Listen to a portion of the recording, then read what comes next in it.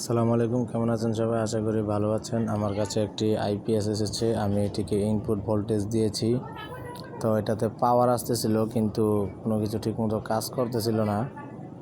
তো আমি কেসিংটি খুলে নিয়েছি।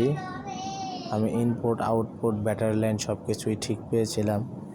হঠাৎ করে দেখতে পেলাম সার্কিটের কিছু অংশ পুড়ে আছে। তো আমি এটিকে ভালো করে পর্যবেক্ষণ করলাম। তারপর দেখতে পেলাম যে হ্যাঁ, আসলেই সার্কিটের নেগেটিভ বা গ্রাউন্ড ওই জায়গাতে একটু বার্ন হয়ে গিয়েছে বা পুড়ে গিয়েছে। তো আমি একটি জাম্পার তার নিয়েছি। এটি খুবই শক্তিশালী একটি তার, ইন্ডাস্ট্রিয়াল তার। এই তারের মাধ্যমে আমি এটিকে জাম্পার করে দিব, তাহলে আমার লাইনটি ঠিক হয়ে যাবে। যেহেতু এটি বাংলা সার্কিট, আমি এখানে ঘষাঘষি করছি না। আমি একটি টার্মিনাল থেকে আরেকটি টার্মিনালে সংযোগটি দিয়ে দিয়েছি।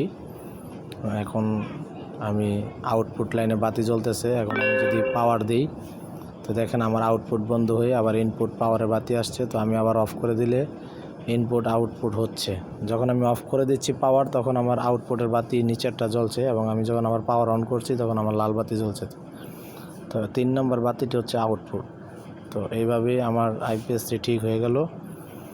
একটি ছোট্ট সমস্যার কারণে এই কাজটি বন্ধ হয়েছিল। দেখুন আমি পাওয়ার দিই, এই যে এখন আউটপুট, পাওয়ার দিলে এখন আবার পাওয়ার।